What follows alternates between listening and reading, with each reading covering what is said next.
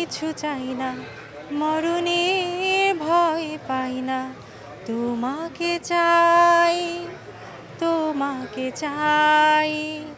তুমি বসে আছো মনে আরো গভীরে গহনে, তোমাকে চাই, তোমাকে চাই।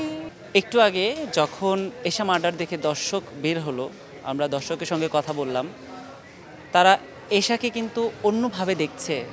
বলছে খুব সাধারণ একটা মেয়ে, যার জীবনযাপন খুব সাধারণ, এই ধরনের মেয়েরা সমাজে এইভাবে ভিকটিম হয়।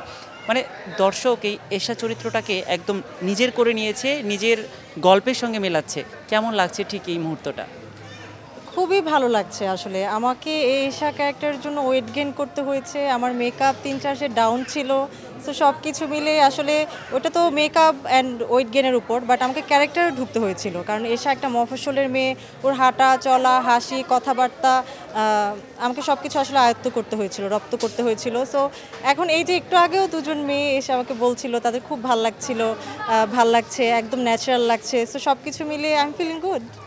বলছিলেন ওজন বাড়াতে হয়েছিল, ঠিক কত কেজি ওজন বাড়াতে হয়েছিল এবং এই ওজন বাড়ানোর জন্য আপনাকে কিভাবে স্ট্রাগল করতে হয়েছে? ওজন আসলে আমাকে একটা মফস্বলের মেয়ে তো আসলে একদম ফিট থাকে না। সো তারা আসলে দেখা যাচ্ছে হোস্টেলে থাকে, ৩ বেলায় দেখা যাচ্ছে কার্বোহাইড্রেট নিচ্ছে।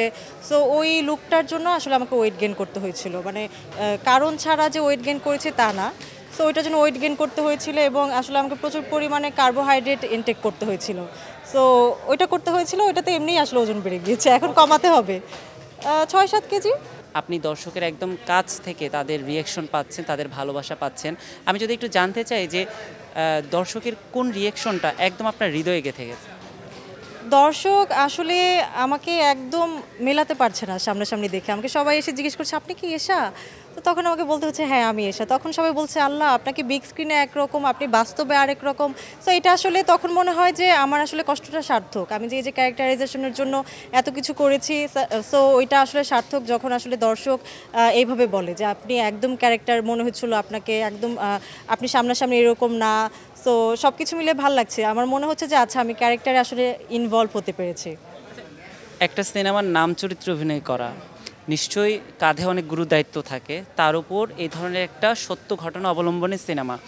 আসলে এশা হতে গিয়ে আপনার মানসিক পরিস্থিতি কেমন ছিল?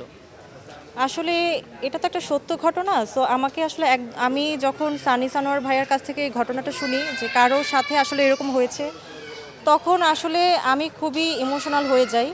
কারণ এটা তো আসলে সত্য ঘটনা। একটা মেয়ের সাথে এরকম ঘটেছে এবং সানি ভাই আমাদেরকে বলেছে উনি যখন আসলে এটার তদন্ত করে, উনি আসলে একজন ছেলে মানুষ হয়েও আসলে উনার কাছে খুবই খারাপ লেগেছে। সো ওই জায়গাটা থেকে উনি আসলে এত সুন্দর করে এটা আসলে চরিত্রায়ন করেছে, এটা আসলে মন ছুঁয়ে যায় আমার। সো তখন থেকে আসলে আমি এশা হয়ে উঠতে চাই এবং এমনও হয়েছে আমি যখন অডিশন দিতে গিয়েছিলাম আমাকে কাস্টিং ডিরেক্টর বলছিল, "না, আপনার লুকটা যায় না। আপনার লুকটা অনেক বেশি ওয়েস্টার্ন। আমাদের এশা আসলে এরকম না।" সো ওই জায়গাটাতেও কিন্তু আমার একটা যুদ্ধ ছিল যে আমাকে এশা হয়ে উঠতে হবে এবং আলহামদুলিল্লাহ সেটা আমি ট্রাই করেছি এবং দর্শকের রিঅ্যাকশনে আমি আজকে ঈদের ৩য় দিনে মানে আমি আসলে ব্লেসড। দর্শক এত সুন্দর করে বলছে আপনাকে স্ক্রিনে খুব ভাল লাগছে, আপনাকে এশার মতোই লাগছে, মফস্বলের একটা মেয়ের মতোই লাগছে এবং সবচেয়ে বেশি ভাল লাগছিল কয়েকটা ছোট বাচ্চা এসে আমাকে বলছিল এশার সাথে এরকমটা হওয়া উচিত হয়নি। সো তারা আসলে এত সুন্দর করে এখনকার বাচ্চারা এত স্মার্ট এবং তারা আসলে এই যে এখানে আমাদের সার্থকতা, এশাকে নিয়ে কাজ করা আসলে এখানেই সার্থকতা, নাম ভূমিকায় কাজ করা এটা তো অনেক বড় গুরুদায়িত্ব।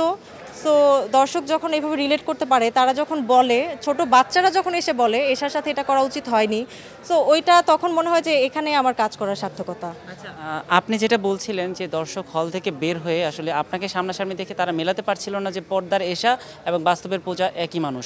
আসলে আপনার পরিবারের সদস্যরাও তো এই সিনেমাটি দেখেছে, তারা কি আসলে আপনাকে মেলাতে পেরেছে বা তাদের রিয়েকশনটা কী ছিল পরিবারের মানুষের? পরিবারে গতকাল আমার ফ্যামিলি দেখেছিল আমার মুভিটা। সো আমি দেখছিলাম গতকালও সেম ঘটনা ঘটেছে। গতকালও দর্শকরা এসে আমাকে বলছিল আপনাকে প্রথমবার তো চিনছিলই না। যখন আমাকে বাঁধন আপুর সাথে দেখেছে তখন আমাকে জিজ্ঞেস করছিল, "আপনি কি এশা?" তখন আমাকে বলতে হয়েছে, "হ্যাঁ, আমি এশা।" তো সবাই ছবি তুলছিল। ওইটা আসলে আমার মা-বাবার জন্য খুবই প্রাউড একটা মোমেন্ট ছিল। আমি দেখছিলাম ওপর থেকে একদম লাস্টে বসেছিল আমার মা-বাবা। সো ওপর থেকে আমি দেখছিলাম আমার বাবা চোখ মুছতে মুছতে নামছিল। সো এটা আসলে ওই সময়টাতে আমি অনেক ইমোশনাল ছিলাম।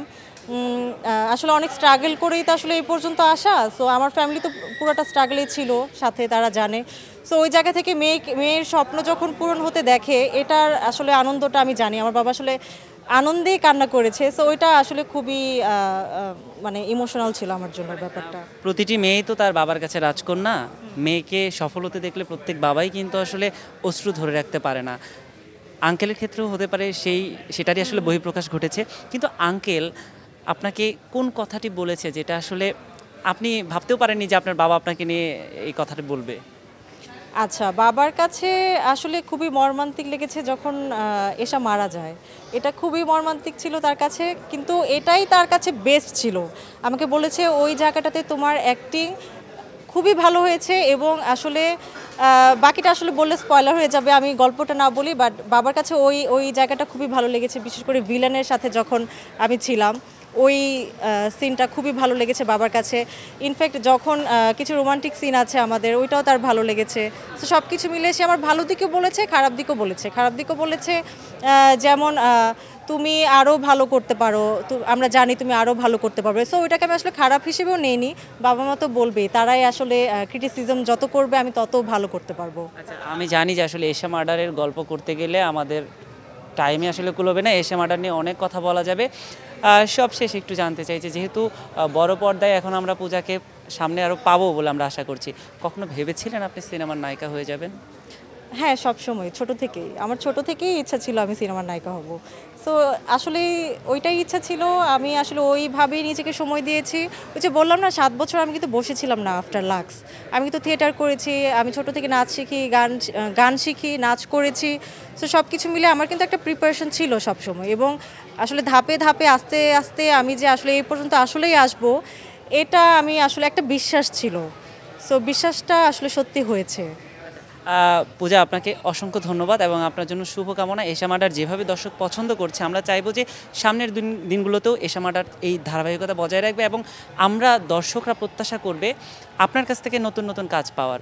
যেহেতু পর্দায় পূজাকে আমরা এশারূপে দেখেছি, অভিনয় তো আমরা দেখে ফেলেছি, কিন্তু তার প্রতিভা যে আছে গান, সেই 2 লাইন গান দিয়ে আমরা ঠিক এখনকার আড্ডাটা শেষ করতে চাই।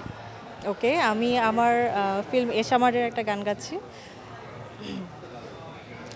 আমি আর কিছু চাই না, মরণের ভয় পাই না, তোমাকে চাই, তোমাকে চাই। তুমি বসে আছো মনে আরো গভীরে গহনে, তোমাকে চাই, তোমাকে চাই।